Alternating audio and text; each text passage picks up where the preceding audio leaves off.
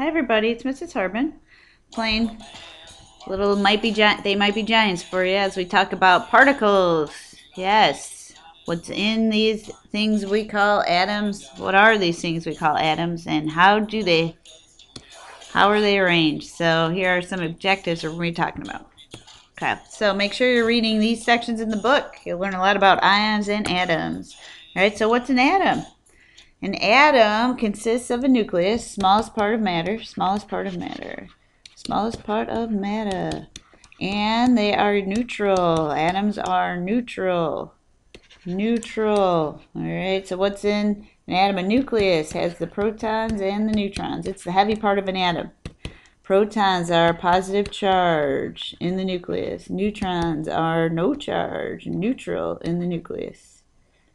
No charge and in the nucleus. And electrons are negative charge and they're outside the nucleus. All right, we all know that. So make sure you know that atoms are neutral because protons equal electrons. 1, 2, 3, 4, 5, 6, 7. 1, 2, 3, 4, 5, 6, 7.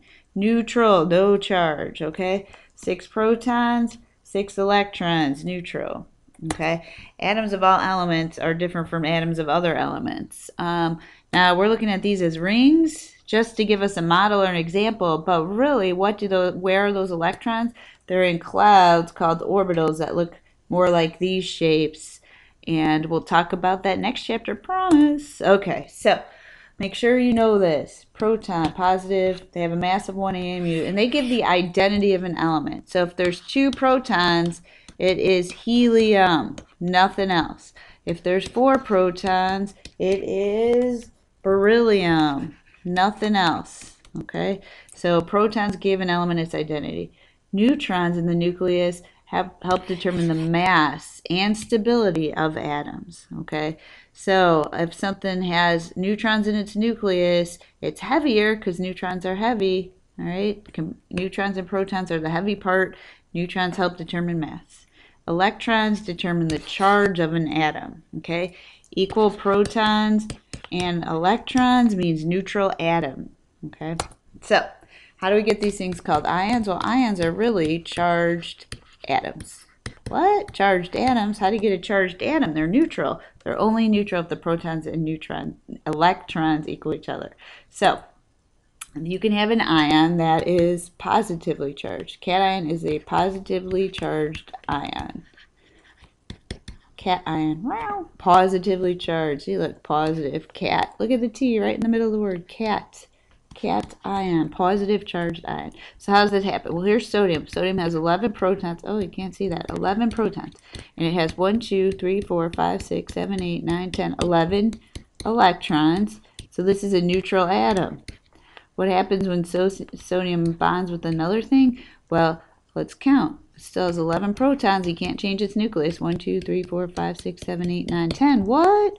10 electrons. That means there's extra protons. So it's got a positive charge as a cation. Okay, so ions are charged atoms. How does an atom become charged? By losing or gaining electrons. So if atoms can lose electrons to become positive, well, in cations, well, atoms can also gain electrons to become negatively charged ions. Okay, lose electrons to become cations.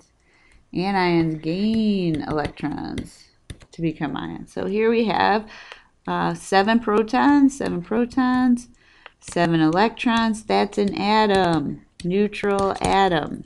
Okay, but if all of a sudden this substance gains 3 more electrons, then it's going to be a -3 anion.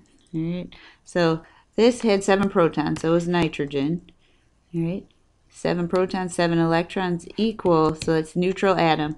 Extra 3 electrons, -3 charge by gaining electrons. So ions are charged atoms. How do atoms get charged? They either lose their electrons, become cations, or they gain electrons and become anions. Okay, so what information can the periodic table tell you?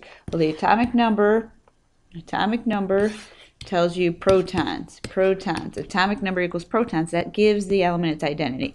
Nitrogen has 7 protons. Any atom that has 7 protons, guess what? It's nitrogen. Mercury has 80 protons. Any atom that has 80 protons, guess what? It's mercury. You don't even have to guess. What does this mean then? Well, here's the symbol of the element. Here's what's called the mass number of the element. And here's what's called the atomic number. You may be wondering what it means. Well, oh, and here's the charge. Hey, wait, there's no charge. True that, because it's a neutral atom. This is a neutral uranium. So this is what we call an isotope of uranium. It's called uranium-238, and it has 92 protons. Protons. It's atomic number. So what is this 238? Well, mass number. What gives an atom mass? Protons and neutrons in the nucleus give it mass. So this top number is total. Mass number equals total protons plus neutrons. Protons and neutrons added together makes an atom heavy. Okay. This isotope has no charge because you don't see a charge up there. So this is called an isotopic notation. And this is the symbol. All right. There's also the name. So let's see. Just to help you remember, this is the chemical symbol. This is the mass number, the heavy part, protons plus neutrons. Okay. Where does the mass of an atom come from? The nucleus. It's on the top of the symbol. Here is the atomic number, and that's just protons. That's the bottom of the symbol. No charge on this one, but that's where charge goes here. Charge goes here. Goes here. All right, next slide. Woo! Isotopic notation. You can have the isotopic name. I'm going to keep using uranium because we've seen it already. 238. So the name has the name of the element plus the isotope, the mass of the isotope, the mass number to help identify. The symbol would be the symbol of the element. Mass number goes on top. Atomic number goes on the bottom. It doesn't say the atomic number here, so where can we get this? From the periodic table for uranium, because it's its atomic number. It's the protons. Okay, and there's no charge on this one. So isotopic notation. Write it like an isotope. Here's the name. Here's the symbol. Do it. All right. So if there's no charge, that means it's neutral. So this is hydrogen 1. Hydrogen 1. What does it mean? 1 proton. A total of 1 proton, no charge. Okay. So how many electrons? 1 electron as well. 92 protons equals 92 electrons. How do I know? Because there's no charge. And then 238 minus 92 is 146 neutrons. Okay. Look, it's an ion. How do I know it has charge? How do I know what kind? Cation? Because it's positive. Okay. So what does this mean? 11 protons. Why always 11 protons? 12 neutrons. Why 23 minus 11? It's the heavy part up there. And then 10 electrons. How do I know? A positive 1 charge means there's an extra proton than electron. Right? So here's some more symbols.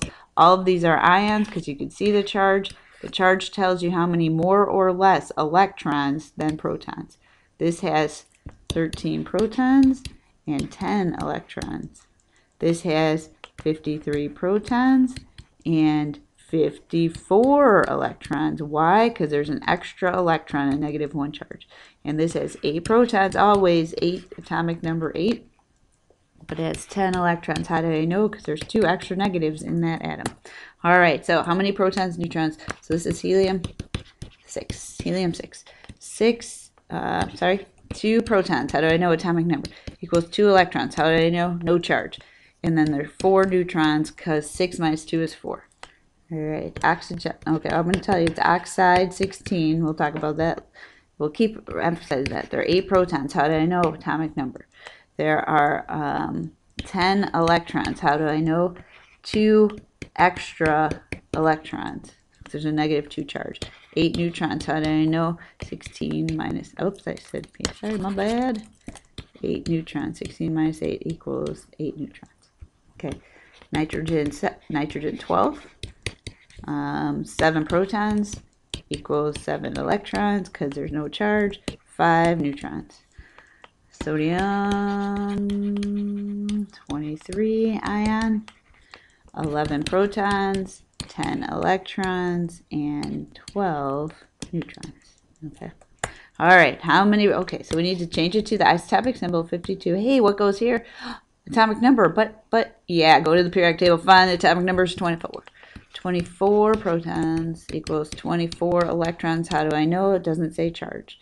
And so then there's also 28 neutrons. Okay, neon 20. What goes here? Atomic number 10. 10 protons equals 10 electrons equals 10 neutrons in that case, only because 20 minus 10 is 10. Potassium ion. I'm going to give you information. It's an ion, so it's got to have charge. I'm telling you it's +1. You'll be able to tell me later. So 19 protons, 18 electrons, and 21 neutrons. Chloride. This tells me it's an ion, and don't worry, we'll learn why. 17 protons, 18 electrons, and 19 neutrons. Okay, moving on.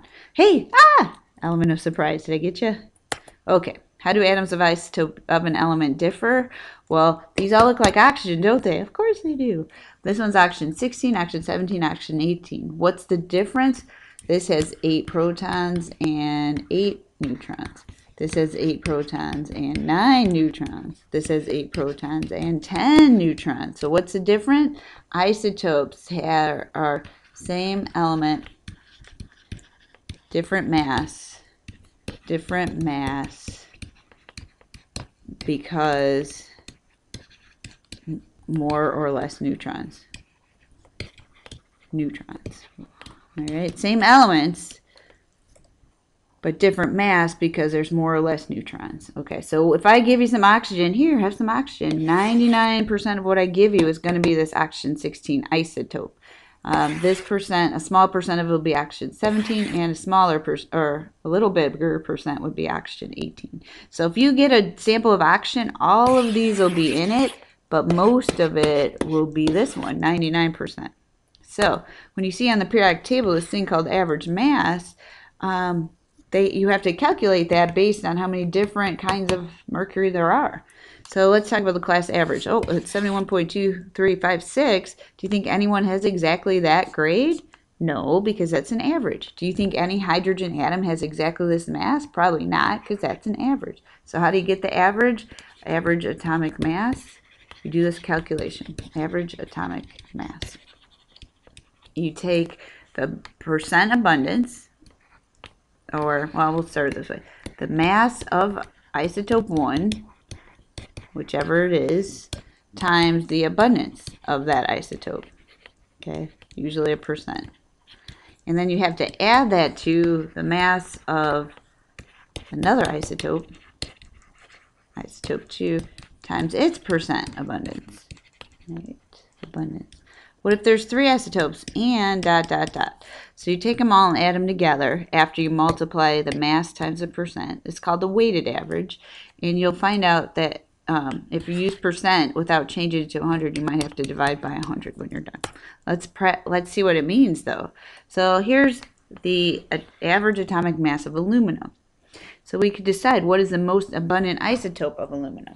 Well, I'm telling you that aluminum has 2 isotopes, aluminum 26 and aluminum 27. If the average atomic mass is closest to 27, then 27 is the most abundant. Okay, let's try it with silicon. Well, there are 3 isotopes of silicon. Silicon 27, 28, and 29. Which one's the most abundant? Well, the average atomic mass is closest to 28, so it's probably 28. Okay, I want you to try to figure out what is the most abundant isotope of argon. And then what do you think? And then, okay, so phosphorus. What is the most abundant isotope of phosphorus? Well, this averages to 31. So I think phosphorus 31 is probably the most common isotope.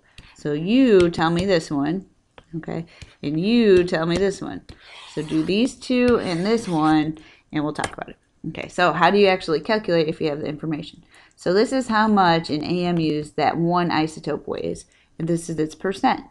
So you do the mass of the isotope times its percent, and then the mass of the isotope times its percent, and the mass of the isotope times its percent, and you get 15, 9 to 5, I know that 5 is bad, 0.64724, and 3.59795. So what do? I add them all together. plus them. I add them all together, and I get 1599, 1,599.50847.